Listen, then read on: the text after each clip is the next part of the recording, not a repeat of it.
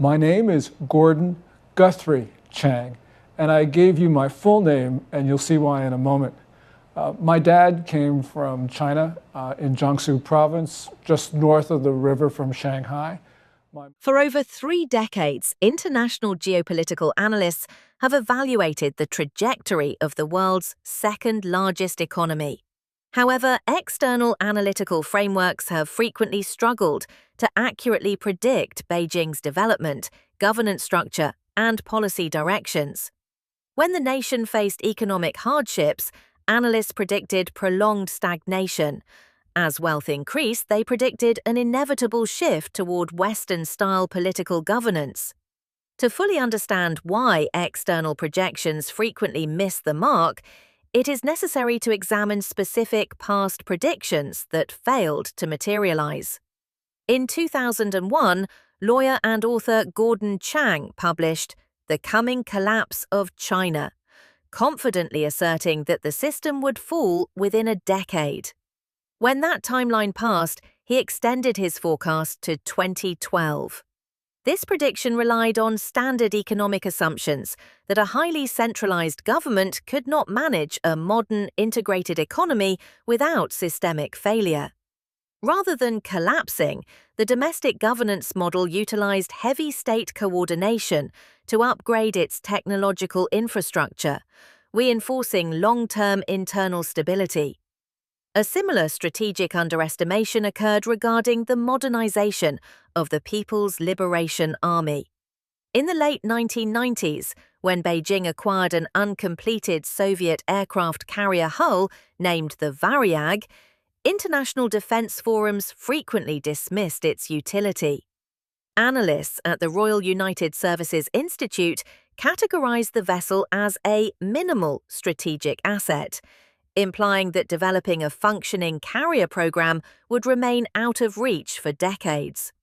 Contrary to these expectations, this acquisition served as a foundational blueprint. Utilizing efficient industrial scaling, the domestic defense sector quickly developed indigenous carriers, advanced naval destroyers, and highly specialized anti-ship systems, permanently rebalancing maritime influence within the Western Pacific. Why do established analytical models repeatedly experience these blind spots? The primary challenge lies in the difficulty of assessing a highly centralized decision-making process. In the absence of direct public policy debates, external forecasting platforms often rely heavily on specific informational echo chambers, such as overseas diaspora networks, political dissidents, and regional security lobbies. These groups often possess a strategic interest in presenting regional flashpoints as highly volatile or fragile, leading external researchers to overemphasize localized disputes as signs of structural instability.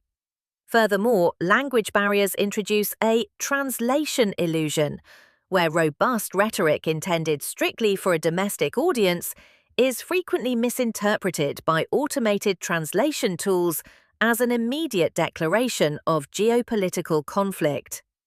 Applying these same structural biases, current consensus theories regarding a modern economic and demographic decline may also prove incorrect. First, the prevalent peak China narrative suggests that a slowing real estate sector will lead to a permanent economic stagnation. However, this assessment evaluates a state-directed framework using a consumer-led model. It underestimates the deliberate, coordinated shift toward the new 3 industries: electric vehicles, lithium-ion batteries, and photovoltaic tech.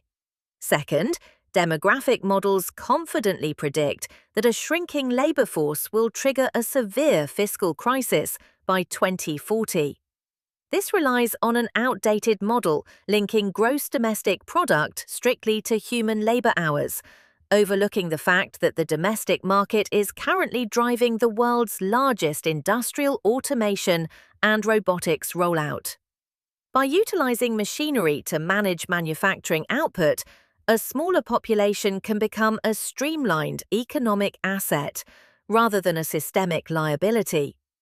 Finally, the concept of economic de-risking, the idea that Western economies can insulate themselves by moving supply lines to neighboring countries, presents another analytical calculation error. While direct export data between Beijing and Washington shows a decline, domestic firms have simply redirected their investments, building and operating intermediate production facilities within Vietnam, Mexico, and India. Geopolitical realities demonstrate that standard international governance models rarely apply smoothly to Beijing's unique socio-economic system. The country does not respond to market pressures or demographic shifts according to conventional Western economic textbooks.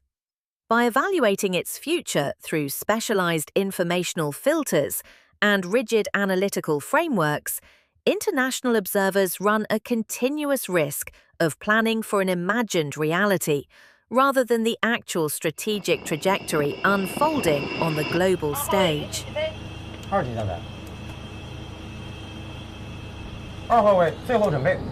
不多好。